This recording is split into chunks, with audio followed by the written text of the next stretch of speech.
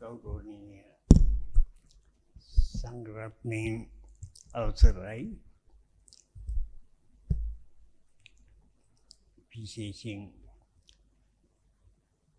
අපේ සිංහලන්සේ මහාචාර්ය ඉවෝගීම මේ උත්සවය සංවිධානය කිරීමට මූලික වුණ මල්වානි චන්ද්‍රරත්න හිමියන් ගෙන් අවසරයි.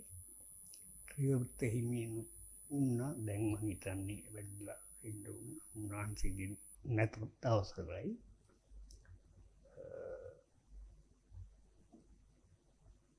කොහොමටත් මම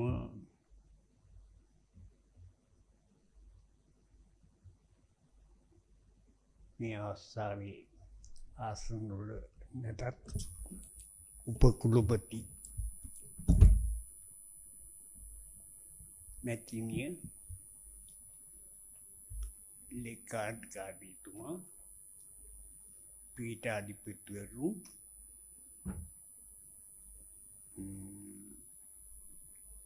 ඒ වගේම මගේ සමකාලීන මිත්‍රයින්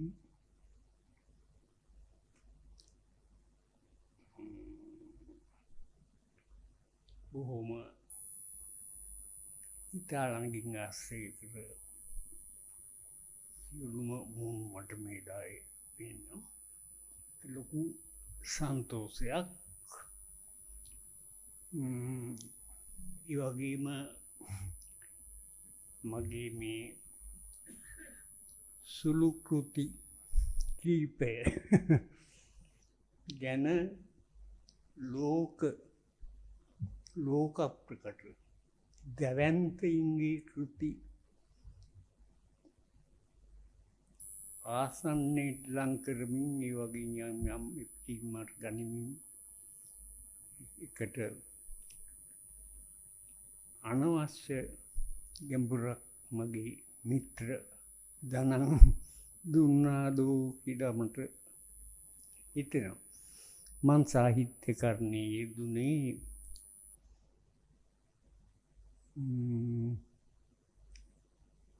පූර්ණ කාලීනව නෙවෙයි. හුදෙක් කෙටි කතා ලියුවේ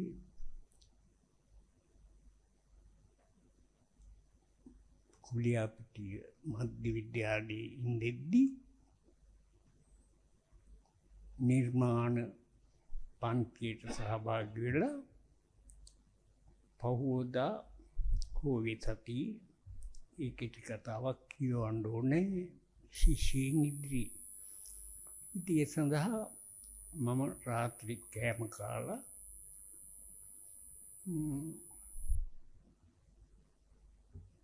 ඒ ශාලාවෙම ඉඳලා පැයක් විතර අරගෙන කෙටි කතාවක් ලියනවා. එහෙම ලිව්ව කෙටි කතා තමයි මේ කෙටි කතා පොතේ තියෙන්නේ. බොහෝ වෙලාවට මම කෙටි කතාවක් කියන පැයකට වැඩි අරගෙන නැහැ. නමුත් සමහර කෙටි කතා දෙක නිර්මාණ සභාවේ කියවන්න බැරුව මගදී නතර වෙලා ලැජ්ජාවෙන් මග නතර කර අවස්ථා තියෙනවා.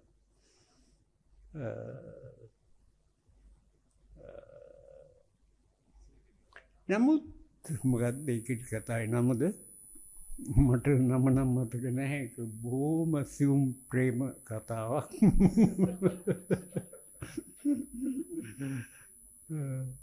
මොකද ඒ කෙටි කතාව ලියනකොට ඒ කෙටි කතාවේ චරිත දෙකයි මමයි නැත්නම් දෙන්නම ඉන්නවා. අපි දෙන්නට මේක හරියට ලැජ්ජාවට වගේ ඒ වයසේ ඇටියට කාරණයක් වුණා.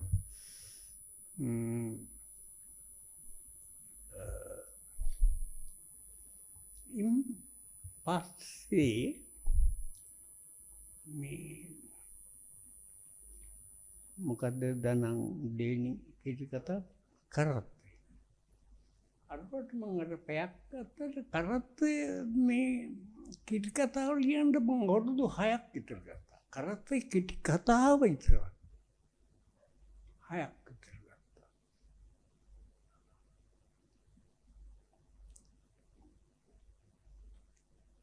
ඒකේ චරිත මං කොච්චර ඒක ලියන්න නිරීක්ෂණය කරාද කිව්වොත් ඒකේ එක චරිතයක් ඒ ප්‍රදේශීයමයි වුණේ. ඔහු සංගීතයට ඉතාම දක්ෂයි. ඔහු ඉංග්‍රීසි ඉගෙන ගත් ඉංග්‍රීසි මාධ්‍යයෙන්.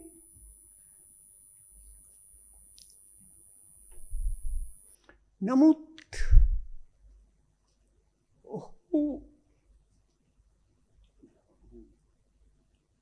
ඔහු මේ ලියුම් බෙදෙන පියුම් කෙනෙක් වුණා. රතු පාටයි කළු පාටයි මේ මඩ්ගාඩ්වල ගෑව ඉස්සරහා ලියුම් මේවා ගත් එක්ක පොටකල් දෙසම ඇඳගෙන බොහෝ දුර වයිතිකඩේ පැදගෙන ගිල්ල ලියුම් බෙදලා ඇවිල්ලා හැන්දෑ ඉවරලා ඔහු නගරේ පටු පාරක පාඩි වෙලා බටනලාව බොලත් ටිකක් කාලා බටනලාව පෙමි ඉන්නවා. ඔය චරිතය තමයි කරත්තකාරයා බවට පත් වුණේ.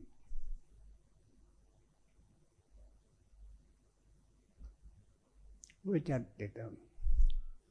ඔහුට උවමනා නම් සිවිල් සේවයේ ඉහළට යන්න. එහෙම ගියාත් ඉන්නවා. ඔහුගේ සහෝදරයා රවිශංකර් එක ඉන්දියාවේ එක මට මතක නෑ රවිශංකර්ගේ ගුරුවරයා මේ එකට ඉඳලා මේ මොන රත්න කියන ත්‍යාගය ගත්තා. ඔහු ඉන්දියානුවෙක් බවට පත් වුණා. ඉන්දියානු සම්මාන මේ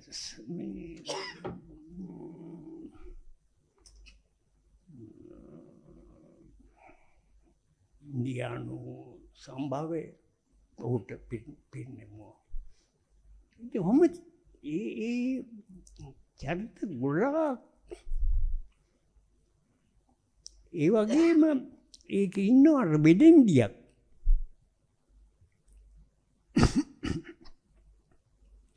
වළං විකුණන තරුණ වෙඩෙන්ඩියක් ටූමක් මේ කරත්තකාරයෙක් ටිකක් ලෙන්ගතුයි. වීඩු කරන කතා කරනවා. ඒත් මම පොළවල් වලට ගිහිල්ලා නිරීක්ෂණය කිරීමෙන් ලබාගත් අත්දැකීම්. මගේ මොකක් හෝ පුරුද්දක් තියෙනවා. කොහේ පොළක් දැක්කොත් කොයි ගමනක් ගියත් වාහනේ නවත්තලා ඒ පොළට ගිහිල්ලා ලොකු රවුමක් ගහලා මොනවා හරි අරගෙන එන එක. ඉතින් ඔහොම පොළකට ගිහිල්ලා මම දවසක් ඇවිද්දලා නවගත්තේගම නගරයේ ඉඳලා ආව ගැමියෙකු ගාව තිබුණ විකුණන්න ඒ පොලේ වංගෙඩියක් ලී වංගෙඩියක් විශාලයි. මම මේක රුපියල් 75ක් දීලා ගත්තා. අරගෙන මම කරේ තියා ගිහිල්ලා වාහනේ ගියේ මගේ වාහනේ නෙමෙයි. අනුරාධපුරයේ දිස්ත්‍රික් ලේකම්වරයාගේ වාහනේ ගියේ. ඔහු කිව්වා බෑ මේක දාන්න බෑ මේක බඩු පුරවලා මේක එළවලු පළතුරු අඹ මාළු ඔක්කොම පිළ මේ ලී කොටේ උපටද මේක ගිහිල්ලා දානවලු. දැන් අරයම් ළඟටම මේ දැන් ගෙනවිලා ගෙනවිලා මගෙන් සල්ලි ගන්න හරි මං ගාවමට ආවා මේ වංගෙඩිය හිමියා. මම ගාන රුපියල් 100ක් දීලා කිව්වා මන්නේ මට මේ කියලා එයා පිටත් කරලා ඉතින් වගේ මේ විවිධ ස්ථානවලින් නිරීක්ෂණයෙන් හොයාගත්ත දේවල් තමයි මේ කෙටි කතාවල නවකතාවල තියෙන්නේ. ඒවා මම ඒ කාලවල සමාජයක බද්ධ කරලා කිසියම් සමාජ විරෝධී සමාජයට විරුද්ධව නෙමෙයි පවතින ක්‍රමයට විරුද්ධ විදිහට විරුද්ධ වන ආකාරයට මිනිසුන්ගේ සිත් සසල කරවන ආකාරයට රචනා කරන්න උත්සාහ කරා. ඒ මිස මට කිසිසේත් මේ පූර්ණකාලීන ලේඛකයෙකු වීමේ අවශ්‍යතාවයක් තිබුණේ නැහැ. කවියෙක් වශයෙන් මම පොත් දෙකයි දීලා තියෙන්නේ. ඒ දෙකමත් මුල් කවි පොත මන් ලිව්වේ සති දෙකක් ඇතුළත මම සහ නුඹ.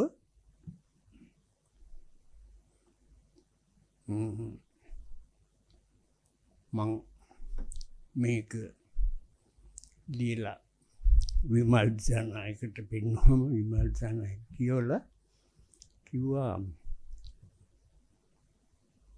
නෑ මං දෙසත්තියකදී ලියූ කවි කියලා දැම්මේ නම. එයා කිව්වා එහෙම හොඳ නෑ ඒකෙන් අගේ අඩු වෙනවා. ඕකට වෙන නමක් දාන්න කියලා. ඊට පස්සේ මම සහ නුඹ කියලා දැම්මා. මං ඊට පස්සේ ප්‍රංශයට ගියා. ප්‍රංශයේ තියෙනවා you and me කියලා. ඒක කවි පොතක්. මම ගන්න ඒක කතා කරනකොට දෙන්නේ මම ලියපු ටයිටල් එකම තියෙන මේ කවි පොත මේ රට ලියලා තියෙනවා. ඒකත් මම සල්ලි දීලා අරගෙන කියලා බැලුවා. දෙකේ ලොකු සමානකම් නැහැ. නමුත් මෙහෙම මේ නිර්මාණ කරන්නේ අභව්‍ය අභග්ග හරියට මගේ සිද්ධ වෙලා තියෙනවා. මම ඒ වගේ සෑහෙන තෘප්තියක් ලැබුවා සේම අහිතකර සිද්ධීන්ටත් මුහුණ දෙන්න සිද්ධ වුණා. බොහොම මේ පීඩාකාරී තත්ත්වයන්ට මුහුණ දෙන්න සිද්ධ වුණා. නමුත් මට ඒවා සිහි කරනකොට සන්තෝෂයක් මිස කනගාටුවක් ඇති වෙන්නේ නැහැ. මම හිතන්නේ මීට වැඩි මේ කාලේ ගැනීම වටින්නේ නැහැ.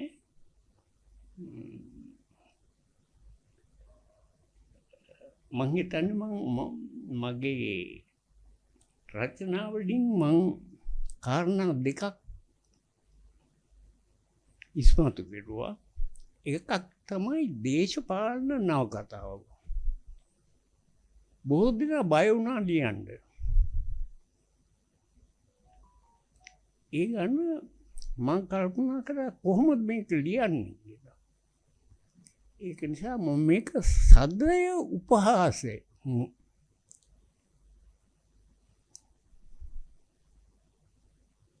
ඇතුල් කරලා මේ වප්මගුල නවකතාව ලිව්වා. ඒකට මම පිටු 600ක් විතර විශාල නවකතාව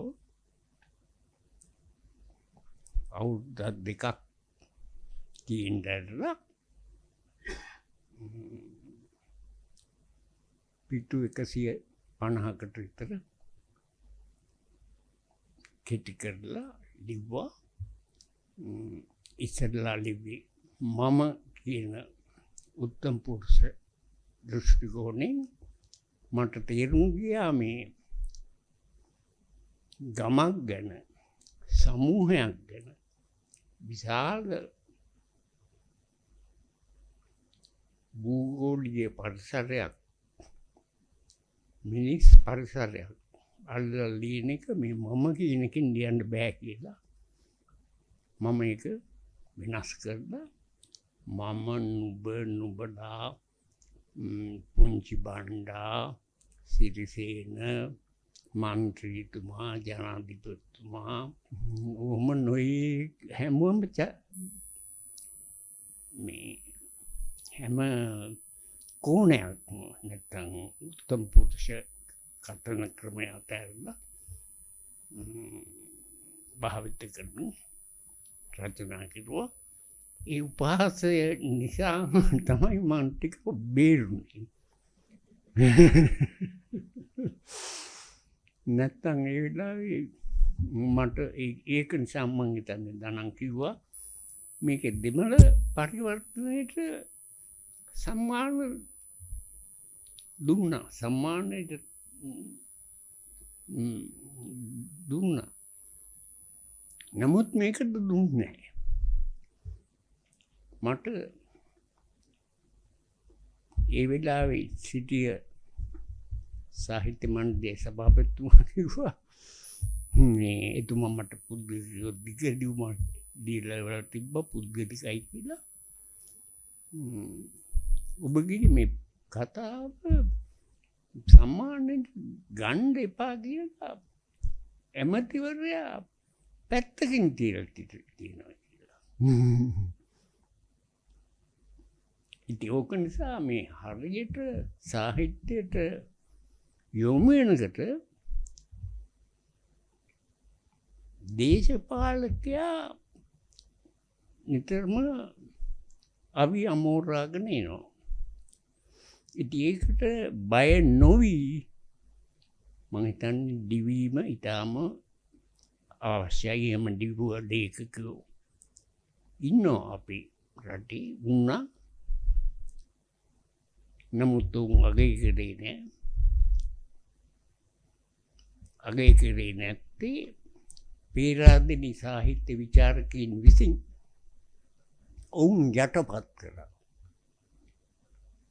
කෙටියෙන් කිව්වොත් දනන්ගේ කතාවේ සඳහන් කරා සාහිත්‍ය හා සමාජය කියලා මුලින්ම ඉතාම වටිනා පොත තිබ්බේ 1942 අපේ විශ්වවිද්‍යාලයේ සිංහලාංශී මහාචාර්ය පසුව පීඨාධිපති කොටේනි පඤ්ඤාගේ තියන භාෂා 5ක් දන්නවා.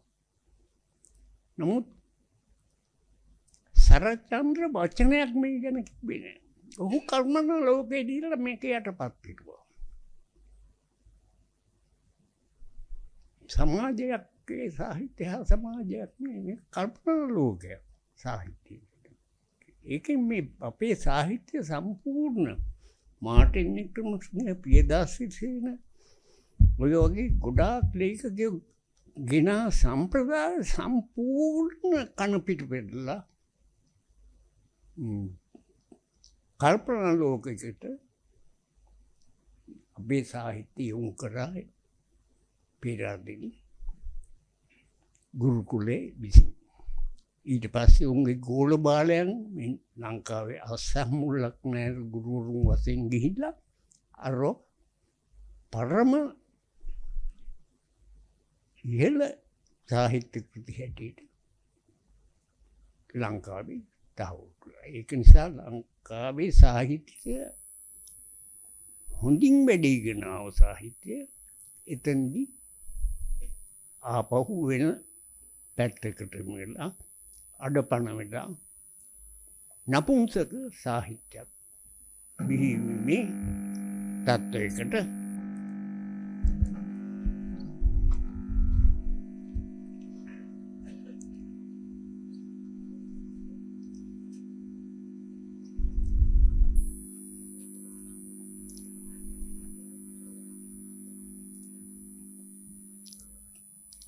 පත් වුණා.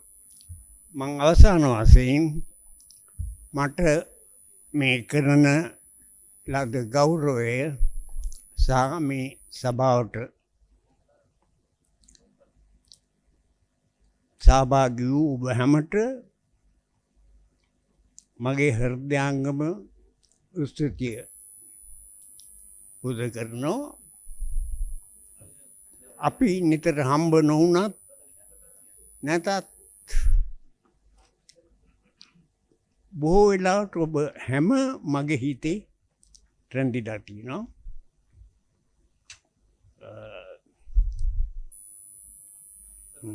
ඒක නිසා